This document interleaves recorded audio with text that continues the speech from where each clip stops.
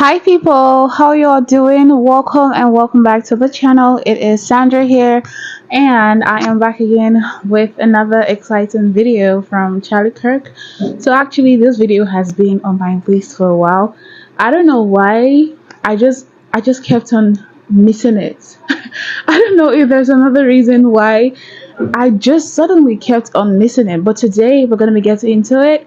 And this is titled Charlie Kirk debates radical feminists on what is a woman. Okay, and I feel like the word radical feminist is very vital in this title because the whole meaning and the full concept of feminism honestly is acceptable to people who are reasonable and who are sensible, but I've come to realize that people, feminists, new age feminists, have really like redefined feminism, and they just have like a really weird meaning and expectation from the whole belief, and they stand in for feminism. Okay, so we're gonna be getting into this today, and I'm keeping an open mind and fingers crossed as to what will be behind this video. And without no further ado, people, let's just hop right into the video. Okay, earlier your boyfriend, you said he's not conservative, but he's liberal, and you're much further left, you're leftist. And you said you would, when it comes to perhaps people, you would be friends with someone who's maybe more conservative, so you can shift them more left.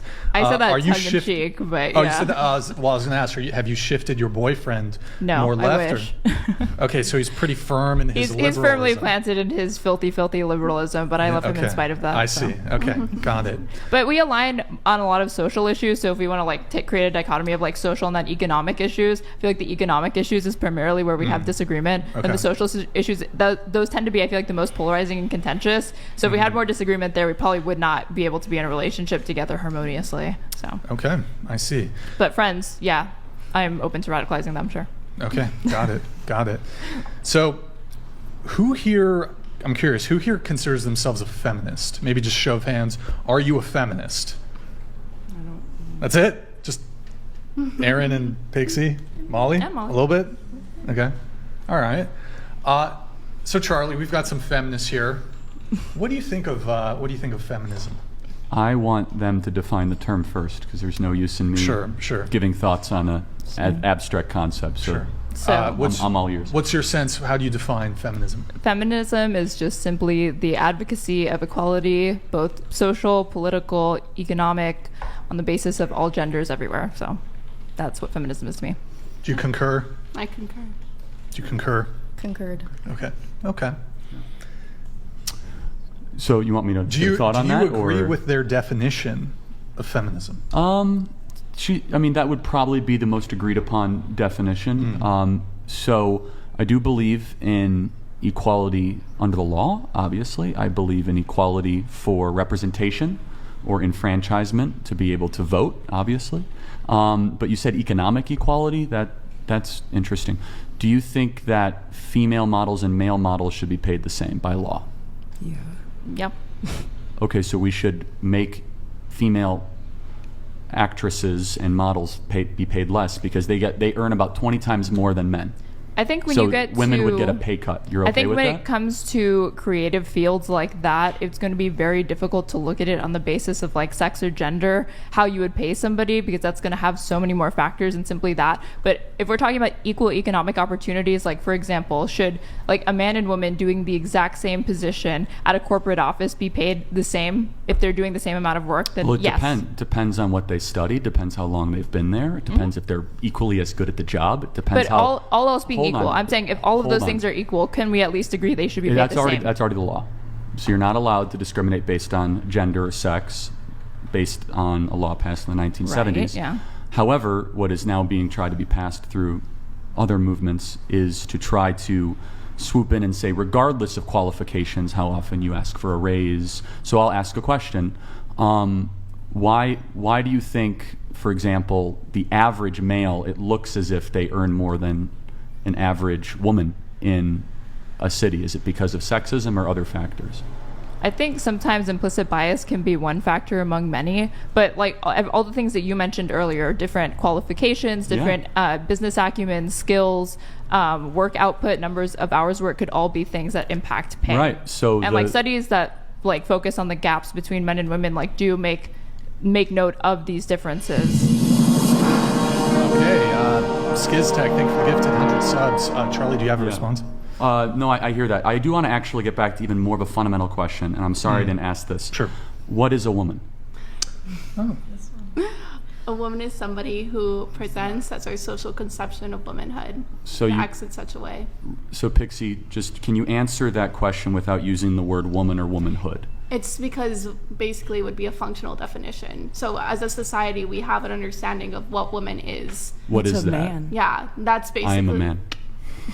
Well done. Can you elaborate? XY chromosomes. Okay, but the problem with that is that I didn't check your chromosomes before coming in here and calling you a man, and you didn't check my chromosomes before coming in here. Or genitals. Or genitals, calling me a woman. So let me just play this out. So first of all, you can't give me a definition without using the word woman. That's a functional definition. Yeah, sure. Do you know what functional definitions are? I'm very well aware, and you should have a functional definition for the most important question in civilization, No. right? Well, the point of a functional definition, functional definitions are a definition that is by the function of something. So, like for example, No, there's an objective 1 = definition. 1 is one is a function of 1.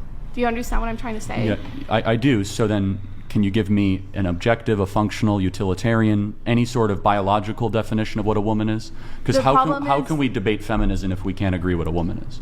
I would even I feel like Pixie's definition absolutely satisfies the definition of what constitutes womanhood, but I would define it only slightly differently, which is that it's a person who performs a set of social roles that are typically associated with feminine characteristics, but not necessarily, because there are even cis women who fall outside of this, and we still consider them women nonetheless. Like butch lesbians, for example, are women that exhibit very masculine characteristics, but nonetheless society understands them to be women. So I find cis to be a very offensive word, by the way. I don't know how you feel about the cis. I don't men, cis women. think I think it's too hate deeply about speech, that. to be honest. I didn't mean to trigger you, Brian. I would have given you a trigger warning before if I had known. So do you think anyone can become a woman?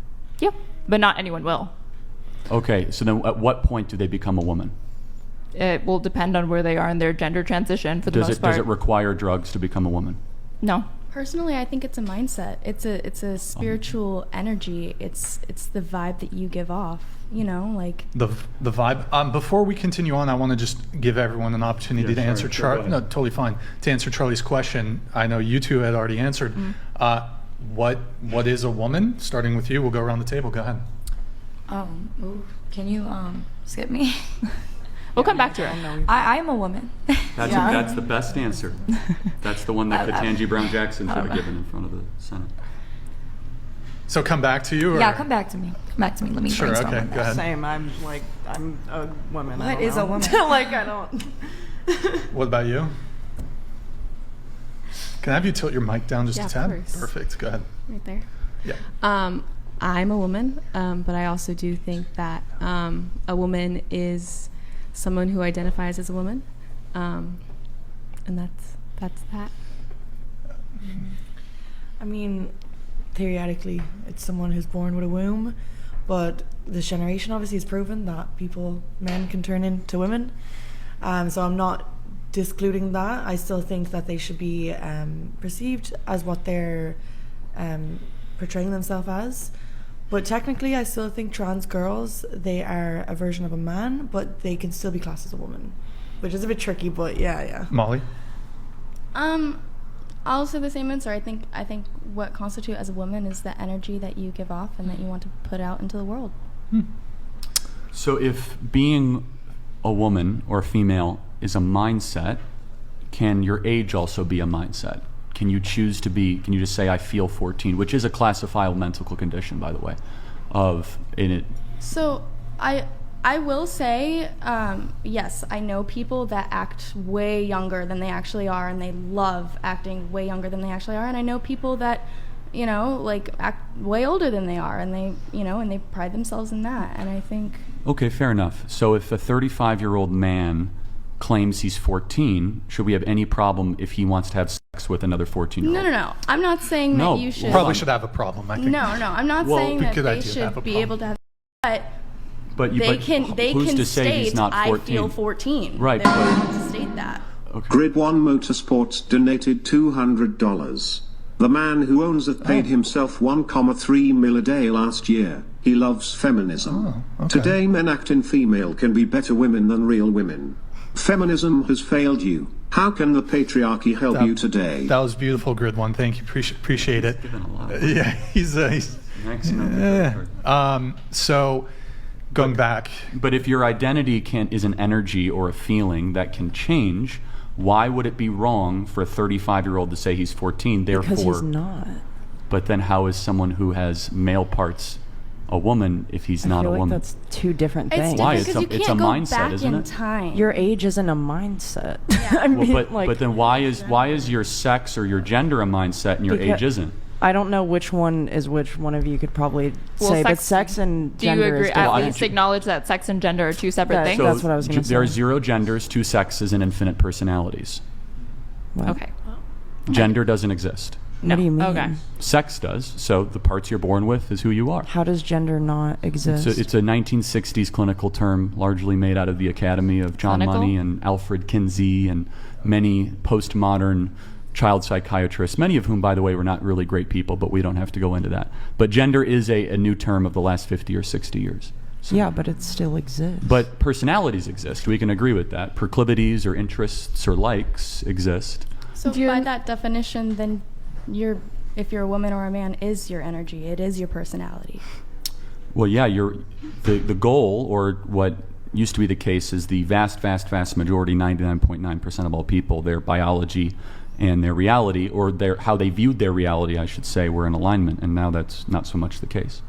So people are, first of all, there's many elements to this. People are told that they can become something they can't. So they go on a very, very damaging, self-destructive pattern of medical interventions that even if you're pro-trans, you have to acknowledge that a hysterectomy at age 17 is not exactly an easy surgery. I don't think anyone at 17 should be altering their body. But no, I agree. Yeah. It's happening right now. Thousands of young kids across the country are getting what is called gender-affirming care, but it's irreversible Care or damage. surgeries? Both. So puberty blockers and hormone There's blockers. thousands of kids that are getting hysterectomies across the United States. No, thousands of kids are getting puberty blockers or hormone blockers or puberty blockers. Probably even more, tens of thousands. You could stop using those, though. And as far as breast reduction surgery or hysterectomies, we don't know the number, but I'll even say it's probably only a couple dozen. You're right, it's probably not thousands. Right. But we don't know the exact numbers, but an estimate is anywhere between 10 to 15,000 minors, and it's growing, are currently receiving monthly doses of hormone replacement therapy, estrogenic therapy. Yeah, but you can stop those and be like... Well, that's the question, right? There's a lot of detransitioners that are speaking out that are not able to puberty is not an assembly line that you could just push a button and restart. That is a increasingly disproven scientific theory right now. Chloe Cole is one of the most famous detransitioners she's in her 20s and she was sold a bill of goods, and when she was 16 she said, I think I'm a man, and she went on a very, very aggressive regimen of hormone blockers and puberty blockers, and she has huge regret, and hopefully one day she'll be able to have children again. But it gets back to a question of so I'm just making a point, though, that these ideas have consequences. It's more than just a silly question. Oh, what is a woman? That if you can't answer it, or at the very least say that you should allow minors to become adults before they make these decisions, then, and this is not a small thing, the quote-unquote gender-affirming care, we know that in California you have to be 18 years old to get a tattoo, and yet 14-year-olds can go to what we call a doctor and get a highly aggressive hormone replacement therapy treatment, sometimes without even notifying their parent. And all of these are ramifications of the inability to answer very simple biological questions. I would be interested in seeing your exact study or citation for when it comes to puberty blockers, because I know a lot of people, or not a lot of people, there's a lot of people who end up on puberty blockers not because they're necessarily trans, but because they're going through puberty too early. And there are clear negative side effects and consequences of, let's say, a 10-year-old girl getting her period. That's a separate... you're right. But it's used on cis children. I think what you're talking about is precocious puberty. But it's not used on perfectly healthy, physically able-bodied children, right? So there's a great book that I guess we have Modest to do this. Hikima donated $200. Charlie, sorry you had to travel to California for the show. My boy did you dirty by putting you next to the demon, WTF? I don't think you're a demon, by the way. Props on the new Rick Rickson. Okay, well, maybe you are a demon. May Christ Pixie, be with you are brain dead. Sad. Sad. All right, See, Modest okay. Akama, good to see you in the chat. I'll reference one book, and she's a non-political doctor. Her name is Dr. Miriam Grossman. It's a book called Lost in Translation. She has treated, not just theorized. She's a clinician and a physician, not just someone who writes abstract medical journals. And she is one of the most outspoken people against what is called gender-affirming care. And she's treating hundreds of kids that are now So I damaged know by this. detransitioners exist, but what do you say to the thousands of trans people that actually report happiness and being healthy after they receive gender-affirming care? Don't doubt that in the short term, testosterone therapy from someone who has a fair amount of testosterone, it can make you feel confident. It can make you feel better in your skin. That is not a lasting effect, though. But it is for some people. Well, I can't say that word. The self-harm rate after 8 to 10 years actually goes up. It nearly doubles. And we're still studying it. That's the other point, is that I'm not going to throw around a lot of studies here.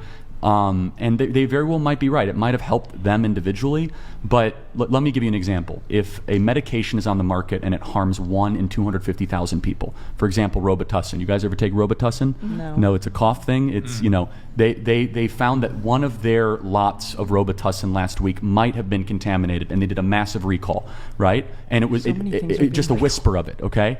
The point that is in medicine, the first rule used to be first do no harm. And the fact still is, right? No, they've changed the it. Hippocratic Oath? They've changed it, yeah. They have. Who's they? The American Medical Association and a lot of the medical institutions. It's They've similar, been but it's changed not by the same. like woke ideology. Well, you'd be surprised, actually. The medical industry's been taken over by a lot of radical All forces. doctors are woke now. Well, for example, when they were giving monoclonal antibodies in the city of New York, they were prioritizing people based on the color of their skin.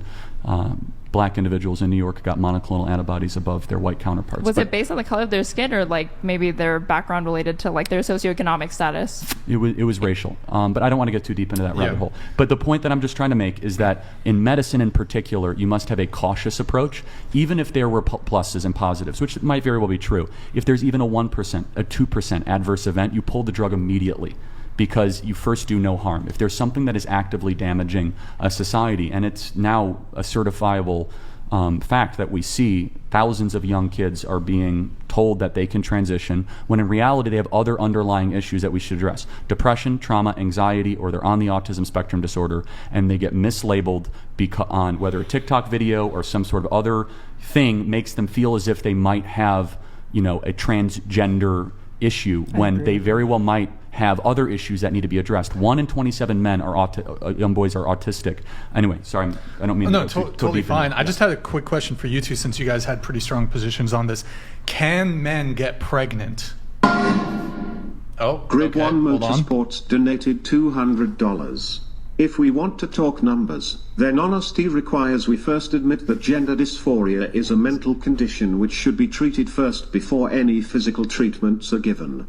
Accuracy matters. All right, Grid One Motorsports. They no longer Appreciate call it gender dysphoria, unfortunately. I would actually make your argument for you. They don't even call it a medical condition. They call it, I actually don't even know what it's actually called. Gender dysphoria used to be the clinical term, but they've changed it since. So yeah, that's right. But I can go deeper into that. The old way we used to treat this is called watchful waiting, where we believed that puberty was the solution, not the problem. And almost every single case, and Europe was actually the pioneer of this, is that when you allow puberty to play its course, these individuals, they might end up being lesbian or gay, but not transgender. And that's a completely different thing that doesn't require hormones or eventually antidepressants on top of it. I'm sorry, Pixie, you were going to say something. So.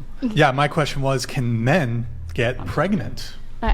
Two things. I would say if you're a biological male, if we're going to define male through biology or whatever, then no. I do want to push back on some things that I heard earlier. Well, before you do that, go ahead. Aaron, do you have a answer to the... I would say yes, because anybody who has a uterus has the capacity to give birth. So, for example, a trans guy who gets pregnant, yes, would be a man who is pregnant. But if you're talking about a man who is assigned a man at birth and does not have a uterus, then no, he doesn't have the ability to get pregnant. You look at me like I'm crazy or what? Do you disagree? But a lot of women... So do you want to know why young men are going away from the left? That's why young men are leaving the left. Why? Because what you just said is... Because they're uncomfortable acknowledging reality?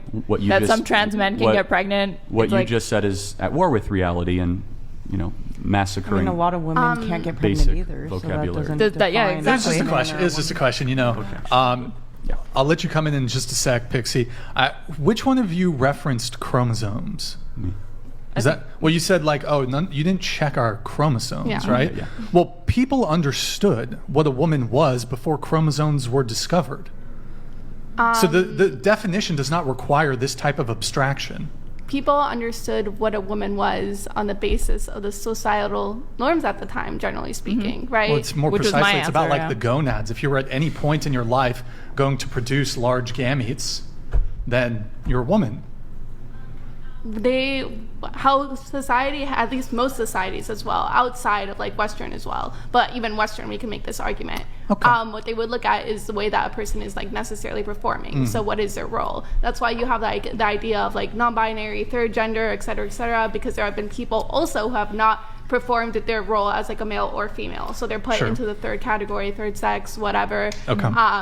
So I would argue that for the vast majority of human histories and societies, what they look at is what is your performance. And that maps on to what we do now, because we don't really look at biology, we look at people act. That's why, let me finish. Go ahead. That's why we also, the terms less manly, he's less of a man than him, or she's not that womanly, makes sense. If gender was truly a binary, those words would make no sense. It would be like cat and not cat. That doesn't, you can't have a in between, really. And the same thing applies for gender. There is a spectrum there. That's why the words less womanly, more manly, less manly make sense to us.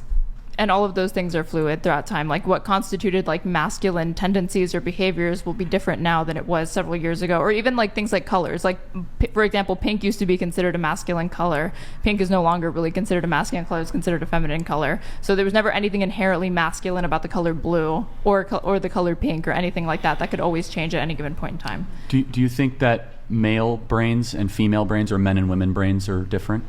Wired differently? There are differences between male and female brains, but I believe it's a matter of like statistical averages of like gray matter. There's not going to be like distinct anatomical features that differentiate a female brain from a male brain.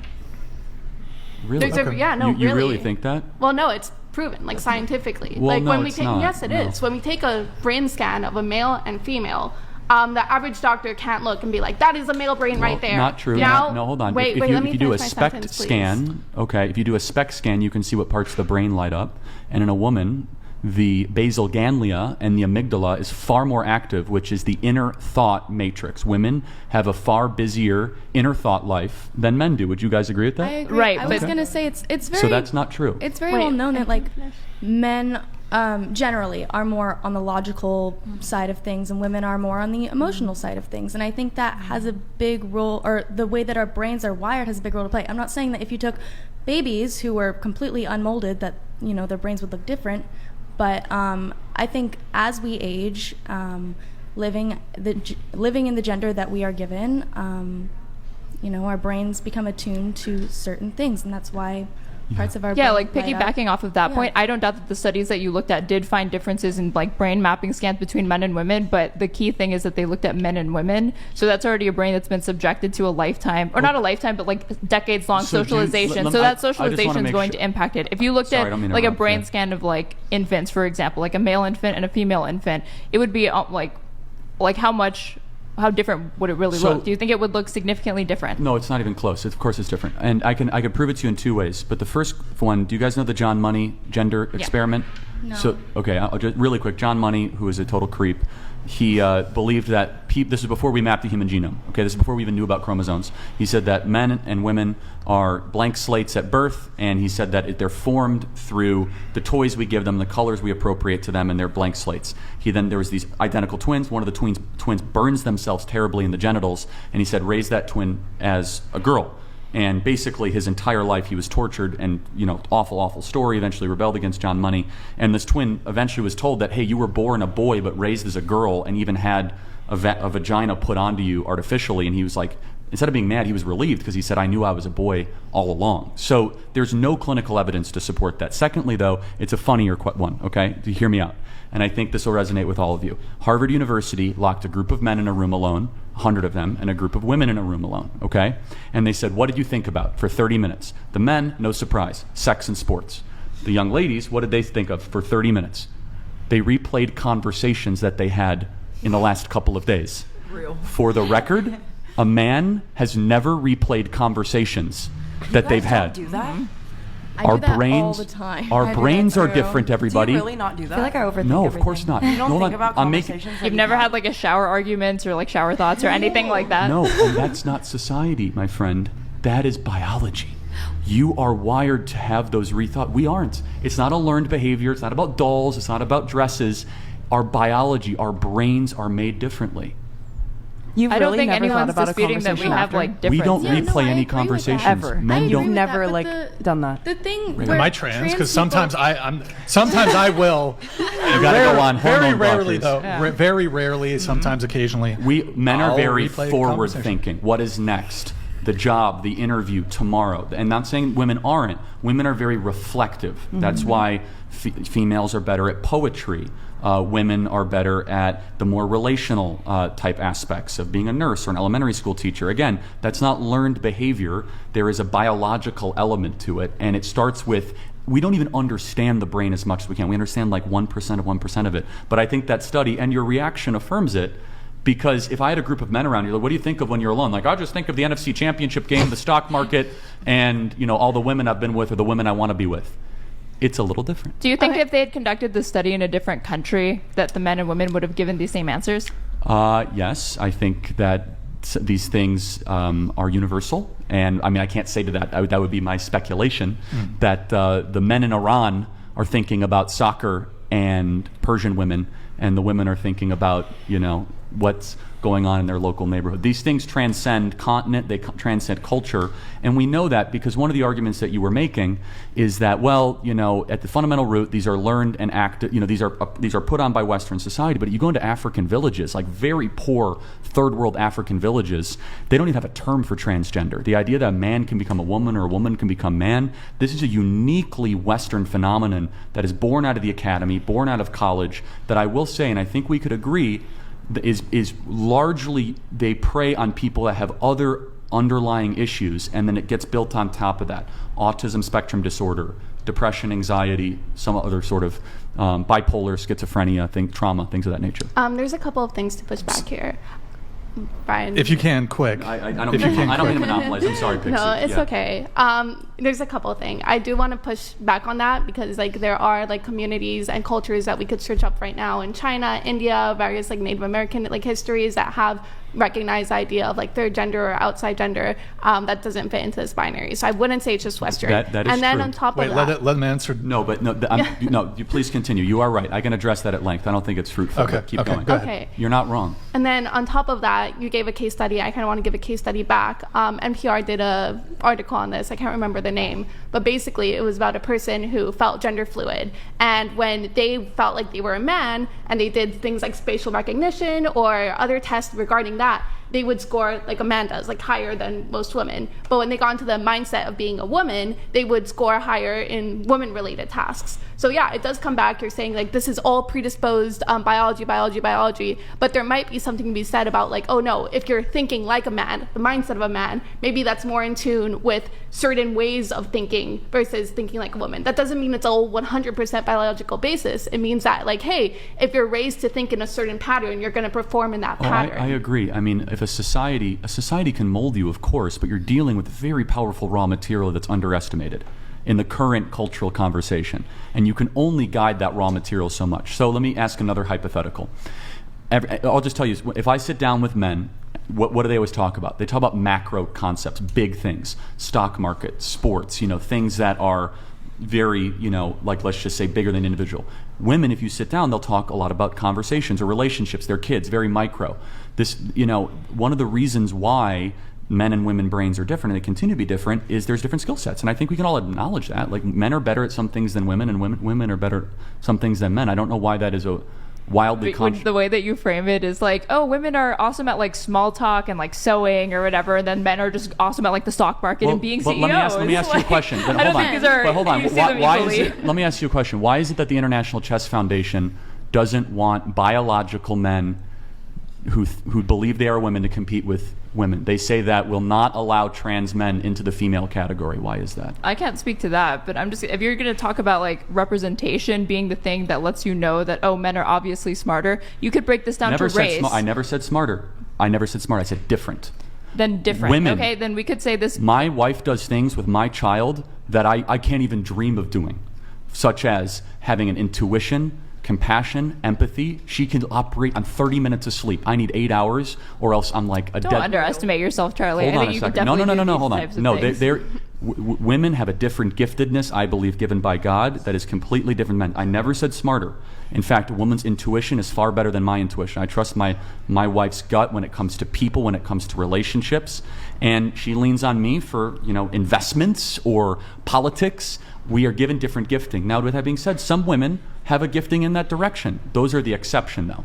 There is a general rule, and the general rule is that women are far more gifted at people and caretaking and the intimate. I don't mean that demeaning or derogatory. I never use the word smarter or dumber. I You might agree. be inferred. Oh, thank you, Molly. Yeah. No, I actually very much agree with what you're saying. Me personally, I mean, sexuality is a big part of my life. And I think what you're saying actually really ties into a lot of like sexuality, because it's the man's role to be, kind of like if you're talking like the nuclear family, it's like the man's role to kind of be the governing force of the family, take care of everything on the outside, take care of, the finances, the stocks, all of that, and to kind of be the rock for all of the little things that the woman has to go through during the day. Just all the little conversations, all the things that she has to deal with that you're not there. And I think that, it's a really beautiful thing, like yin and yang, like there's beautiful. Parts of men that complement women, and there's parts of women that complement men. And the best thing is there's things that women can do that men cannot, and there's things that men can do that women cannot. And I think that the issue is we try and figure out like who's better, who's more powerful, who can, who gets to say what happens. And I think that the issue that's really dividing, and the beauty comes when you kind of bring those skills together. I agree. That's wonderfully said, Molly. That was beautiful, Molly. Let me.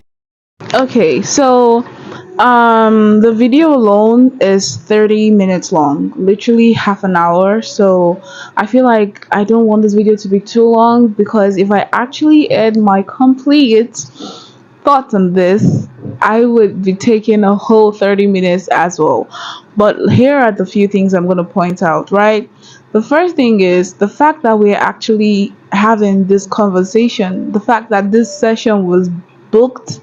Charlie and every other person who was here drove from their individual houses, right, and came down here to have this debate. The mere fact of that already shows that the world is going into a dimension that it shouldn't. It's going to a whole new dimension that is wrong, because some like 50 years ago, or let's say 60 years ago, the thought of such a conversation, or even conceiving the thought of like saying, oh, being a woman is a vibe, would be so bizarre and literally absurd.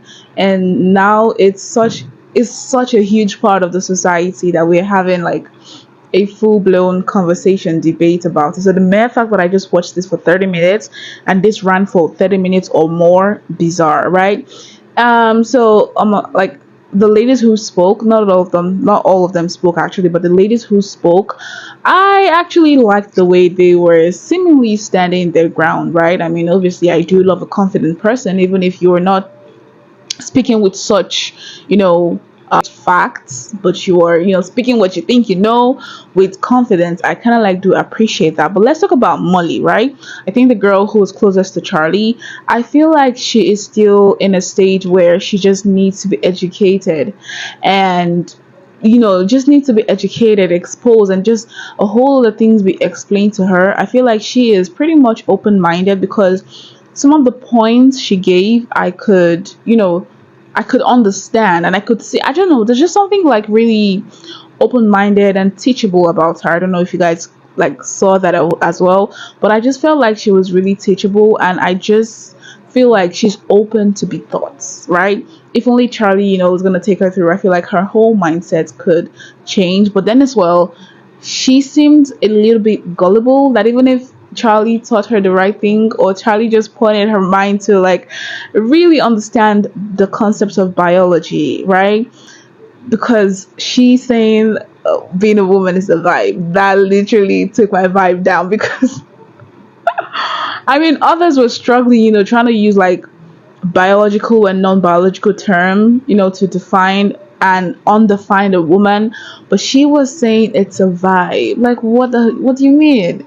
So is it like when a mom is pregnant and she goes for like an ultrasound, or like the whole thing they do, to check the baby's gender, the doctor could see that, oh, this baby got a vibe of a man, or this baby got a vibe of a woman? Because what exactly do you mean? Like, if I have so much to say, it actually hurts because I do have a lot to say, but I really do not have so much time. But I just want to say that wokeness wouldn't be the end of us, in Jesus' name. Amen. Yes, wokeness wouldn't be the end of us. And the way the world is going, I don't know, everyone just feels like they can vibe to being something and they want to impose it on others to vibe to them being that thing as well. It's just a whole lot of things, but I want to give it to Charlie. As always, he always stands his ground. He is very patient. He is such a patient man, and I think he has a flair for teaching. He really does like educating and just sharing his knowledge, that his well acquired knowledge, might I add. But this was actually very enlightening and interesting, if you do ask me, because anyways, thank you all so much. Obviously, I want to know what y'all think about this video down in the comment box. Please do not hold your opinions. Please just put it down, regardless if it's conflicting, as long as it's respectful. I'm really gonna appreciate it. But thank you all so much for joining me. I really hope you guys enjoyed something from this video. Do also give this video a big thumbs up if you did like it, and subscribe to my channel if you know you do enjoy videos as such, and share this video to a lot more people, because I feel like a lot more people need to see this video, because I would love to just know people's opinion upon this. Okay, so sharing this video, you're basically killing two birds with one stone. All right, so on to the very next one, people. Let us keep on staying safe and healthy. Bye.